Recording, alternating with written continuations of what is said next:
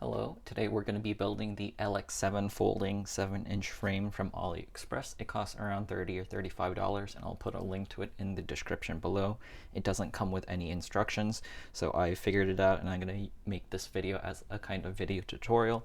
You're going to need a 2mm hex driver as well as a couple of 3mm hex drivers as well. And I'm going to walk you through the build. First, you want to organize all of the parts. I have it set up here, and just to start off with, it took a while, so I just left it like this. But it comes with long, very long flat head stack screws to mount your flight stack to, as well as 4 plastic nuts to secure them. And so that's what I've done here as the very first step of the build. So this frame does have a direction and it has countersunk holes here, so the flat heads don't interfere with anything down here. So you just put the screw in and then you screw in the plastic nuts on top. And so that's going to serve as our starting point right there. And then we can organize all of the screws. So you get 8 very, very short, I believe 6mm long M3 flathead screws. So those are all for the top plate. So I'm going to set them all up here near the top plate. Then we get 3 sets of round head, button head M3 screws. You have short, medium, and long. So make sure you keep those separate. We'll get our top plate that you've already prepared with these little stack screws, and we're going to start by putting the arms on. And so how this frame works is that the arms will get sandwiched in between here. So we have these 2 plates here. I believe this one doesn't have any orientation, so you can put this in any direction you want, but they're going to sit like this, and this arm here is going to sit and it'll be sandwiched in like that. So that's how the frame works. All 4 of the arms are symmetrical, so there's no real front or back to them. But when you do put them on, you can see that you can either put them on like this or like this. You want to put it on like this so that this little middle hole down here will align with that. So that's going to lock the arm in when it's deployed. Okay, so keeping that in mind, we're going to start by putting all 4 of the arms in with these folding little hubs here. So they comprise of 2 parts. There's this large wide part here and the small screw here, and then you can see how this will sandwich and screw into each other, and then you have a nice smooth part here that's going to act as a hinge for the folding arm mechanism. And this is why you might need 2 3mm hex drivers, because they both have 3mm hex heads, and ideally at the final stage of the build you'll crank that down and tighten it. So let's start by attaching that. I don't think there's a specific order you have to do this in, so what I'm going to do is I'm going to take the big part here, I'm going to slide it through the bottom there, I'm going to take my arm, put that through there, and then I'm going to put my arm, or I'm going to take this plate here. Now I'm going to carefully, I'm going to hand tighten this down. It doesn't have to be super tight, you just don't want this all falling apart, so I'm just going to hand tighten it.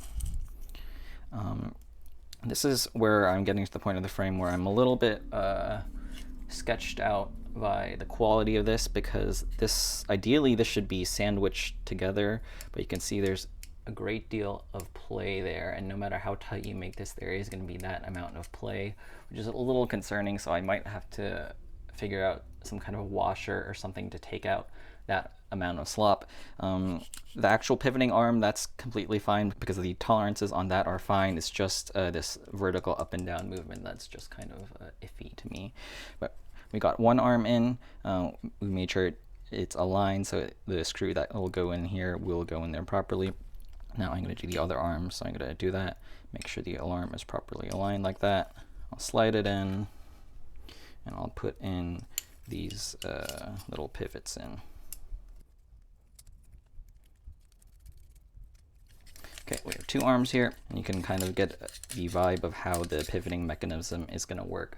So you can fold arms like that, and later when you want to actually fly, you can fold them back in, and you can put screws in there to secure them in place. So that's how the folding mechanism works. So let's finish putting all the arms in.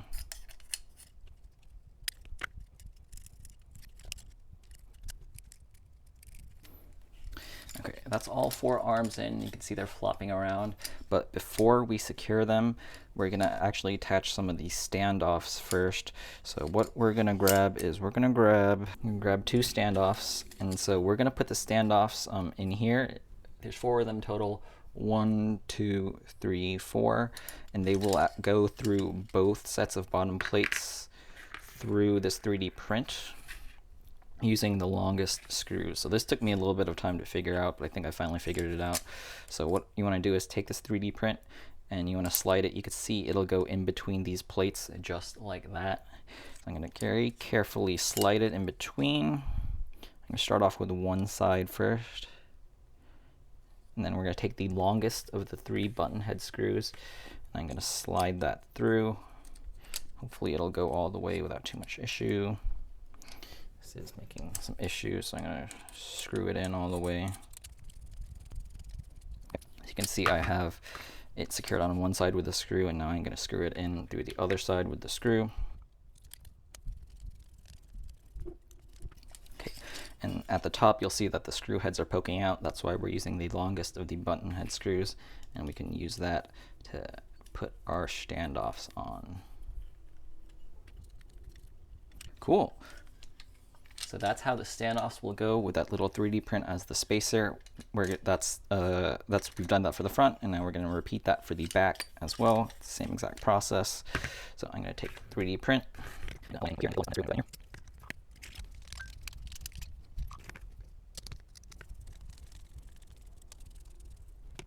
We get the 2 little nubs sticking out, and we can finish that off with the standoffs.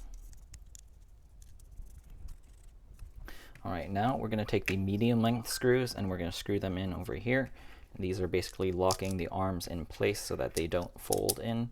So these are the screws you want to put in when you want to go fly. Put these in right here. So now the arms are locked. And then we also get these thumb screws here to put in the middle down here. And I'm not quite sure what that's for. I'm tempted to say, let's see actually, okay, so let's see, so does this fold right now? Okay, so these will fold like that. Will just the thumb screws be enough to prevent the arms from folding? Because maybe these thumb screws are an option if you want to like disassemble and reassemble, or fold and refold this at the field. So let's try moving this. Ah, okay. So if you do want to risk it and just want to do this at the field, you don't need these 2 locking screws here. You can just use these little hand thumb screws, and so you can fly with the thumb screw in, and when you're done you could just undo the thumb screw by hand, and then you can fold in the arms. So that is definitely an option. For now I'm going to secure it 100% by using the remaining long screws here. Okay, so that's how this frame works. So if you want to be a double extra sure that this is going to be secure, you will want to put these additional 2 screws in. So now this should be a very, very rigid frame. Okay, so now we're going to put the remaining standoffs in using the smallest of the 4, or smallest of the little button head screws. So we're going to put that down here. As always, for your final build assembly, you do want to thread lock all these because these are metal screws going into metal standoffs. So you do want to thread lock these, but since this is just a quick initial dry fit just to figure out where things are going, we're not going to be thread locking them. So those are those 2 done. Then we'll put the other 2 up here in the front. All right, we're almost done with our build. So the front of our frame is here, and that's the back. So we're going to put it in our little 3D prints. So we have a little antenna holder 3D print, which I'll start smashing that in here. The tolerances are pretty tight, so that'll go there. That's our little SMA antenna holder at the back. This frame has a lot of options for mounting VTXs at the back. And then up here in the front, we have a receiver antenna holder. It's set up similar to, oh, and it doesn't fit. Wait, my bad. I thought that would go at the front, kind of like 4-inch long-range drones, but that is not the case. So that is going at the back for your receiver antenna as well. The spacing was off, so to make this a little easier on me, I'm actually gonna remove the standoffs. The tolerances are pretty tight on this, so I think this is gonna be the easiest way. And then I'm gonna put it on myself like this. There's our little 3D prints assembled, and we can put these back on the back of the frame. All right, and all that's left is the top plate. Oh, and the camera plates as well. Let's actually get these camera plates out.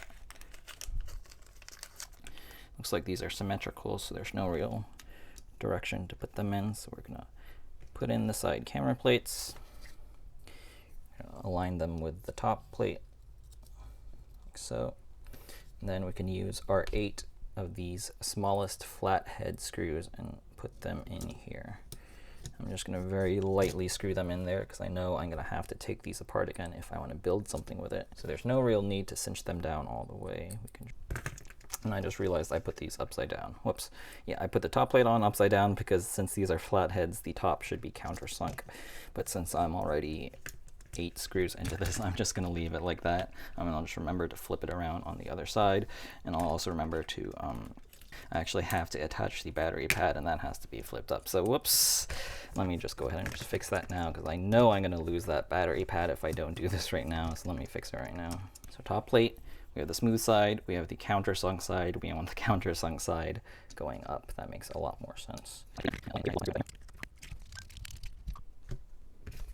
All right, this top plate is finally on the right way, so we can get this battery pad on. Let me remove the little vent holes on this. Okay, let's figure out where this battery pad goes. What? This doesn't fit. Even just looking at the vent holes, there is no place where this is going to fit. What? This is the closest spot where I can see it would fit, but you can still see it's not perfect. Okay. So yeah, this is the issue with these really cheap frames with no manufacturer. The quality control just isn't quite there yet. Maybe by the time you buy this frame, they might have fixed this, but I think I'm just not going to use this, and I'm going to cut my own battery pad out of silicone pads. So I'm actually going to leave this off. But there you go. If you ever buy this LX-7 7-inch folding frame, that's how you assemble it.